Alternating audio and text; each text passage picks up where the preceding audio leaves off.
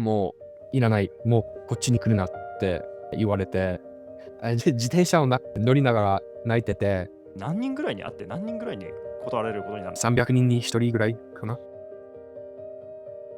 伝道部会長、に電話して、もうこれはもうできないよって、言ったんですよ。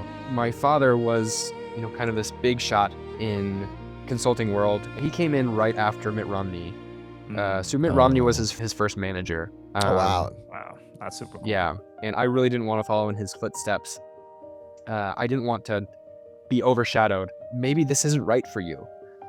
Maybe if you're going to get rejected by your family because of this, you should stick with your family.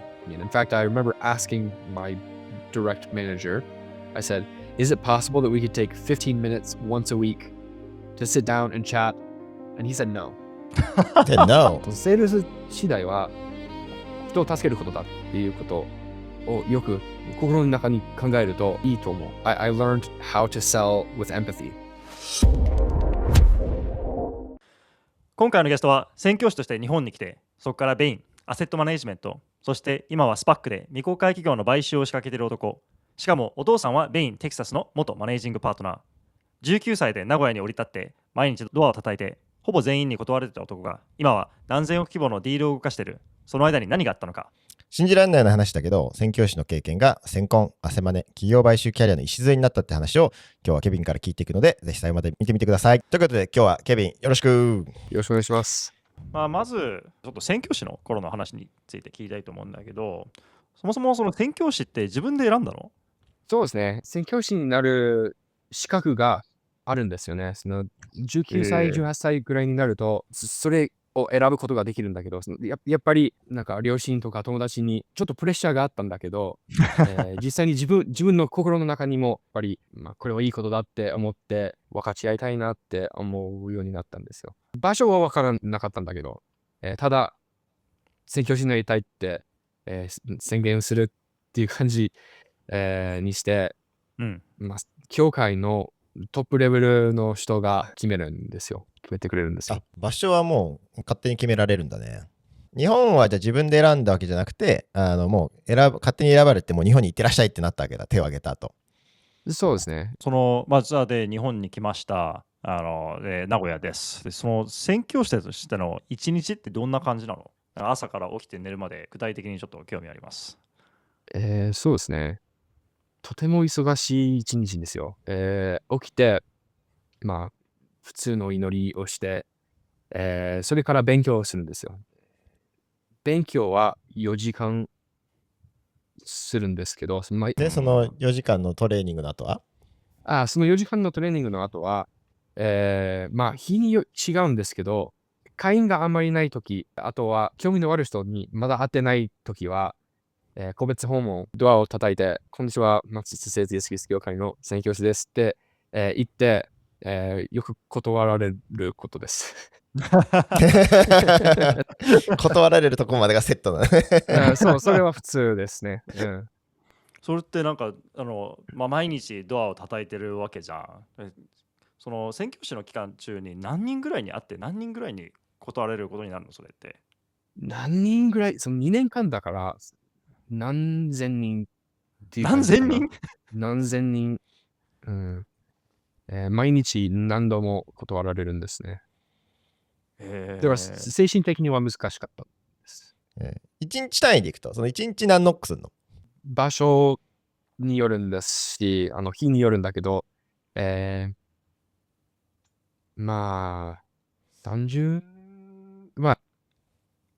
ドアじゃなくて30人と話すことは普通のかな。話すっていうよりも、こんにちは、結構です。もういらないですとか、いうような話になっちまうんだけど。30人のうちのそのブレイクダウンしていくとさ、30人1日ノックします。こんにちはって、興味ありますかってやるわけじゃん。そもそも何人ぐらいがドアを開けてくれるのかと、そして何人ぐらいとりあえず会話になるのかと、そのうちのさらに話聞いてくれて、もしかして会話になるかもみたいな、パネル的な話していくと、どういう感じなの？ 30 人の内訳。100人ぐらいでもいいけど。100人の中に1人ぐらいは話してくれる。普通にドアを開けて話してくれる。そしてその後は、でもそれでもちょっと浅くなるんですよ。そういう、話。だから、深い話になるのは、300人に1人ぐらいかな。いや、それ心、0.3%。いや俺だったらやっぱり心折れてると思うけどね、それ。僕も落ち込むことはたまにあったんですよ。だから信仰を持たないとできない仕事ですよ。実際にこれは相手にいいことだって本当に信じないとできない仕事ですよ。じゃあなんかその日々の感情はどういう感じなの？拒否されるのが怖いか、それともなんかワクワクしてたのか、それともなんか一人じゃないけど孤独な感覚もあったのか、どういう感情を感じたの当時？実際に言うと、これは仕事だっていう、これしないといけないかなって思うことも多かった。結構ですって毎日、30回聞きたいなっていうなんか目標を設定することもあったんだから、あ、そっか。そういうことをすることによって、その目標を設定することによって、なんかゲームみたいになってしまうこともあったんだけど、完璧にゲームとは言えないんですよね。じゃあその宣教師の頃、いろいろ辛い経験もあったと思うけど、その一番辛かった経験の話聞きたいな。一番辛い時、そうだね。やっぱり基本的には一番辛いことは拒絶だったんだけど、普通に、毎日何度も拒否されるんだけど、拒絶っていうのは、なんか誰かと友達になって、その人に、自分がなんか大事にしてることを教えて、彼が、えー勉強しながら、これはやりたいことかどうかを考えていながら、うそういう友達関係を強くする中で、えー拒絶することは痛いんですよ。なんか、ある時は、えー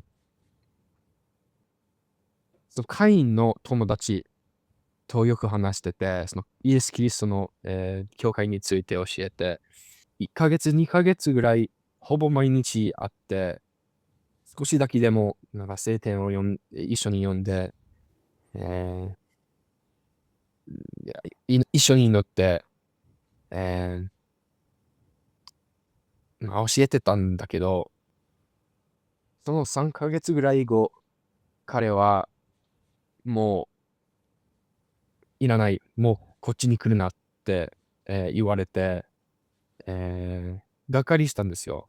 その時になんか自転車を乗りながら泣いてて、えーどうしたんだって思ってたんだし、彼はすごいいい人だったから、友達じゃなくなるのは辛かったし、えー自分の、大事にしてたことを受け入れれなかったんだし、彼に、えーそういう福音の祝福が受け入れられないぐらいになるんだから、すごい、がっかりしてたんですよ。そういう辛い経験があるとやっぱ帰りたいって思うことはないの？あるある。帰りたいっていうことはあるんだから、その時に、上司っては言えないんだけど、とにかく、伝道部会長、えーに電話して、もうこれはもうできないよって、言ったんですよ。それで、彼が僕の文句を聞いて、慰めてくれたんだけど、とにかく自分で帰るのは、教会の人はそれを見て、なんで早く帰ったのって思うんですよ。それは何社会的にお前は途中で諦めて帰ってきた根性のないやつ、負け犬みたいな感じなの？そうそうそう。そういうイメージが、宣教師の頭の中にそういうイメージがあったんだから、弱虫、帰ったら弱虫だっていう考え方になったんだ。自分が成功したいっていう気持ちもあるんですよ。2年間を、完走したい。じゃあその宣教師の2年間で今振り返って何を、手に入れたと思いっぱい手に入れたんだと思うんだけど、その一つは、やっぱりセールスの仕方。やっぱり、宣教師っていうのは、そのセールスじゃないんだけど、何かを売っている、考え方を売っている。大学にいた時のビジネスについて、話そうかな。一応、大学に行ってた時は、機械工学を勉強してたんだから、電池製品の修理をするビジネスを、始めようとして、いろんな友達とか他の生徒に声をかけたりすることもあったんだけど、それ壊れたんだよって、言ったら、やっぱり整理してあげると、喜んでくれるんだけど、その宣教師の経験がなかったら、それはできなかったと思う。だって宣教師になる前はとてもシャイだったから、その声をかけることは無理だったと思うし、あとはセールスの、考え方、そのアティチュードが変わったんですよ。それで、セールスは、何かを売るっていう気持ちで回ってたんだけど、その宣教師になると、やっぱり、相手のニーズを分かって、それを解決することだと思うようになったんだから、そのセールス次第は人を助けることだっていうことをよく心の中に考えるといいと思う。そのセールスの本質がね、宣教師の時に分かって、あとはね、宗教活動から修理サービスに変わるとさ、もう赤子の手をひねるような感じの楽勝の、楽勝に感じると思うよね。いつも視聴ありがとうございます。みんなが見てくれてることが、マジで俺らがこれを続ける源泉になってます。みんなの期待をちょっとでも超えていける動画をこれからも出していきますので、もっとこういう動画見たいなと思ってくれてる人は登録を今のうちにしてくれるとめっちゃ喜びます。お願いします。ちょっとここまで日本の宣教師時代の話を日本語でしていったけど、ここからちょっとまた US に戻ったベインの話をしていくので、ちょっと英語に切り替えていきたいと思うので、見続けたい人、興味ある人はCC で字幕つけてください。Alright, so you came back from Japan after 2 years of being a missionary and selling stuff that no one knew they wanted. And you went back to BYU, finished your mechanical engineering degree. How did you end up at Bain? I actually didn't want to go to Bain at first. I really didn't want to. Yeah, my father was, kind of this big shot in the consulting world, and I really didn't want to follow in his footsteps. I didn't want to be overshadowed. I wanted to make my own path. But I had a couple of engineering internships, and I found that it was really boring. It was they have you working on one part of one machine. You do that for a few years, and it's just mind-numbing. I decided that I didn't want to do engineering full-time. It was a little bit too late to switch majors, and so I thought that maybe consulting was something that we could do. And they take from every discipline, so I thought I could try it. I didn't have much time to prepare, and so the first time I didn't get in. I mean, that's pretty. It says a lot about the integrity of Bain. No matter who your dad is, you can't get the internship. Yeah, I actually think that it made it harder to get a job at Bain because I couldn't work under him. Any project that he did, I couldn't be a part of. I couldn't even work in the same office. And so, and so they were recruiting for his office at my school. But I couldn't actually go to that office, so I had to go to a different office. I went to the Houston office, and he was in the Dallas office. I couldn't work there, and I think that it actually caused a little bit more tension, and they had to really make sure that they really wanted me in order to do it, or at least that's what I tell myself. Maybe they did just say, like, you know what, let's keep him happy, but I think they logistically it was a little bit of a difficult and tedious process for them and for me. I actually want to kind of touch on your dad's influence on your decision, because earlier you mentioned that you're kind of afraid of being overshadowed, and then your brother also went to Bain before you did.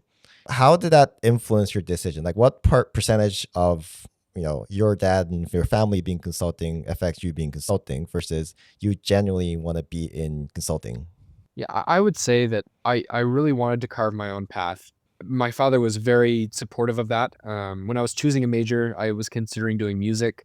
I was considering doing food science for a while. And so I switched around a little bit, and he was very supportive the entire time, and basically said, whatever makes you happy. I think that like all these have potential. And so he was very supportive of that. When I told him that I was considering doing consulting, he was, I think, happy about it, but I don't think that he didn't think of it as like a legacy thing. So you mentioned that my brother went to Bain and Company as well. He also left a few years ago. And so the only one who's working at Bain is now my father. And I think that he kind of understood that was probably going to be the case. It's not for everybody to move up the ladder in consulting and become a partner. Most people leave and do something else. And I think that that was what he was expecting. Well, that's really interesting because he's in the age group where he was not part of was he part of the breakup generation? No, right? No, he came in right after Mitt Romney. So Mitt Romney was his first manager. Wow. Wow, that's super cool. Yeah. That is pretty cool.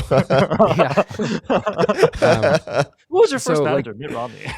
Yeah. So they know each other pretty well, and they still keep in contact a little bit, but yeah, I mean it was a little bit later. I don't think that he understood. He was promoted to partner right when Bain was having like its first like huge crisis where Bill Bain actually left and took a lot of the funding away. He actually had this idea. He was like, we're going to Mexico, we're going to Texas all the time for these cases. Why don't we start an office there? And he was the one that came up with the idea. And I think they were just kind of desperate for something. And so, he was a fresh new partner, and they said, go for it. So he opened up the third Bain office and started things out there. So, Kevin, you were at Bain for 2.5 years, and then you left for the buy side and asset management. What was your thinking process then? I was on a pretty rough case. Just finding that it was really terrible hours. I was working, it was during COVID, and so I was doing the regular case plus helping them with, some COVID stuff. I also realized I felt very lonely because I couldn't leave my apartment. I was going to take a break. I was going to go on vacation for like a week with my family, or for a long weekend with my family. Up to Utah, and then my family was going to follow after me, but they canceled all the flights, so my family couldn't make it up, and I was stuck in Utah, and didn't really have any place to go. So I crashed on a friend's couch, realized that life was much better when you were able to talk to people and you go outside. The weather was really nice, and it was beautiful scenery, mountains in the background. And I thought, you know what, I think I need to make a change. So I started looking for other positions. I started looking at some of the Bain alumni. This, by the way, is a really great benefit of the Bain network, is that the Bain experience is that you have this huge network, and you're able to go in and say, okay, is there anybody that worked at Bain at this company, and reach out to them. And then often they will say like, oh yeah, sure. Like I know so-and-so and they can vouch for you. Like, come on, let's have a chat. So that's what happened. I found a company called Enzyme Peak Advisors. It's a 501c3, basically a large endowment for a church or a nonprofit. You talked to him, and he said, like, I think that it would actually be great if you would fit in really well here. I think there's a position in the quantum mental group where you can, focus on learning finance, but use your strategy knowledge to help inform some of the decisions at the company. And it sounded really good to me. I have a strong engineering background. I've done a lot of coding and things like that. So I thought, that would be a really cool opportunity to, learn, maybe break into the finance world and understand a little bit better of how the world works. Yeah, I mean, it's not And very common that former consultants go into asset management. I actually, you're the only one that I know who's done this without doing an MBA in between. yeah, I was also told that if you want to go to business school, it makes sense to go and do something else as well as consulting. And I thought, okay, let's do something else. Let's do something different. I had a brother who had done a little bit of asset management type stuff. He'd done some stuff with banking, and I thought, this sounds kind of interesting. And if I, have the ability to go into this, then that would make sense. Now, the reason why I think that I was able to get in was because there was somebody who worked there who was from Bain and Company, and he understood that asset management has two sides to it, and that is the technical side, the finance side, and the strategic side. You need both of those to be successful asset manager. No matter how good the balance sheet looks, you have to understand the direction that they are pointed to really understand the business. The reality is you have to have both if you want to be good at the buy side. If you are just one or the other, you're not going to succeed. And so that's why I think that the reason why I was able to go from consulting there is because they understood that aspect and also emphasized it strongly. You can learn the technical skills pretty easily, but the strategy skills are something that it takes a long time to really gather. I think a lot of consultants or non-finance background people feel very intimidated about moving into finance exit options. But the technical side of things is the easiest thing to learn. And when it comes to finance, it's quite mechanical, and it's frankly sixth grade like arithmetic for the most part. Especially now, you can actually just throw something into ChatGPT and say, I'm looking for an LBO model, and it'll spit up something that's like reasonable. And as long as you know a little bit about what's going on, you can like correct it where it needs to be corrected, and move things around a little bit, make things look pretty. But the reality is, I think that they're, like you said, the easiest thing to learn. Besides, if you're working at the Bain and Company, you have a pretty strong understanding of the income statement, at least. Yeah. You kind of have to know what revenue is and costs are and things like that. So you have a leg up on Joe Schmo off the street. The firm that you found were actually very good in the sense that it valued the strategic mindset, and you actually had a role in it. Also, as Tony said, it's not like a common career path from going to consulting to asset management. What was like some culture shock that you encountered when you were working there that was like, oh, this works so differently than what I saw in your missionary days or even like Bain days? So something that was true in both of those that you just mentioned was feedback. So in a Bain and Company, you're getting feedback constantly. As a missionary, you're getting feedback constantly. Every week you have a meeting with your companion where you sit down and you talk about what's happened during the week, you plan out the next week, and then you also have this situation where you're like, what can I do better? What am I doing well? And then you explain the same things to your companion. Happened every week. At Bain and Company, every week I sat down with my manager and the consultant or whoever was directly above me. And on top of that, we would have like the entire team would meet together once every other week. And, maybe once a month, I would even meet with the partners and say like, okay, like maybe I can ask you some questions. And if you have any insight, like, please let me know. But there's this constant feedback. And so it's really easy to adjust course. And so if you're not doing well, it's really easy to just figure out how to do it better. At this particular firm, there was not that same culture. And in fact, I remember asking my direct manager, I said, is it possible that we could take 15 minutes once a week to sit down and chat about like maybe what I'm doing, what I could be doing better, things like that? And he said no. Didn't know. Yeah. And he said no. He said like that's not necessary. And so I started this job remote, and I didn't really have a way to like communicate with anybody above me. And so most of the learning that I was doing was like Google, looking at textbooks, things like that. And so there wasn't that much feedback, there wasn't that much mentorship, at least at the beginning. And later on, I actually ended up moving to a different department and focusing on the public equities side of things, and that was much more interactive. What would be the equivalent of a partner, that kind of the director of public equities, he actually sat down with me every day and we read a few pages from a book. I think it's called The Most Important Thing. It's about investing, and it's the fundamentals of investing. Really great book about investing for beginners. But he apparently reads that with everybody that comes into his organization. He sits down and reads that. So it was a much more collaborative, more mentorship focused environment.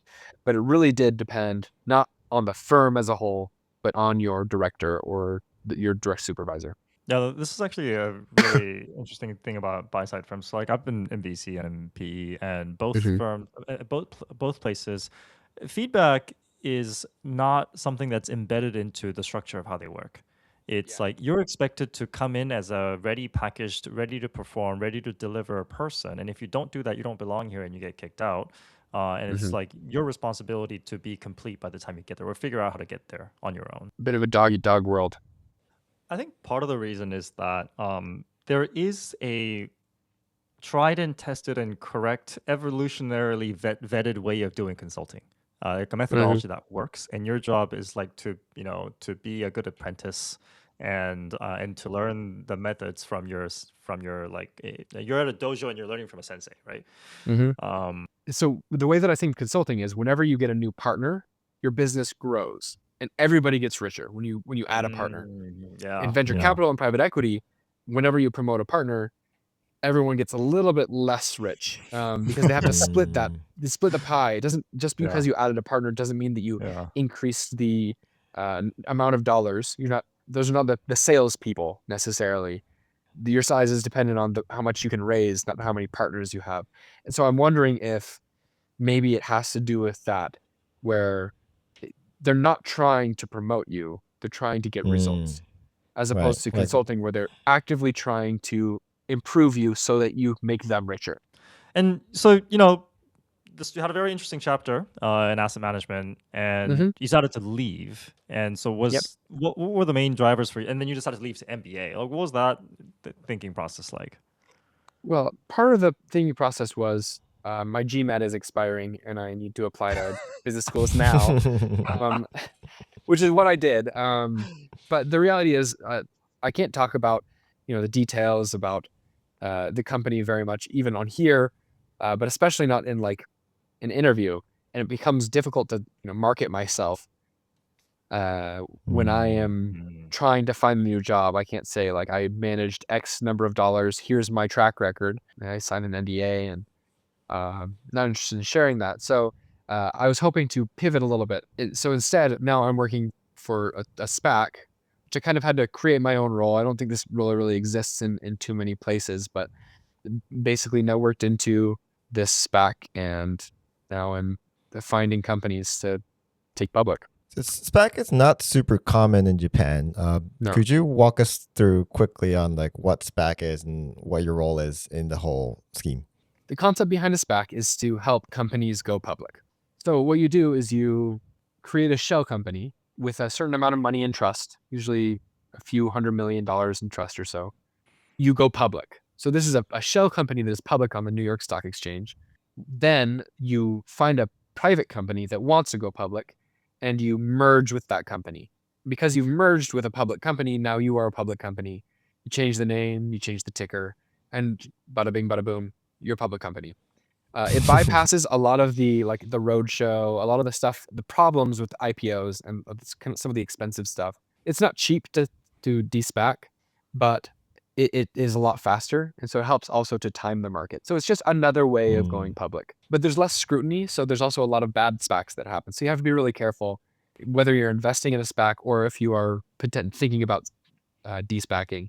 So when someone works for a SPAC, does that mean that you're trying to source potential companies to merge with? You do whatever your boss says. But yeah, that's what I'm doing right now. And there's a lot of public companies out there. So you're just trying to figure out which ones are interested, which ones are the right size, which ones work with your expertise.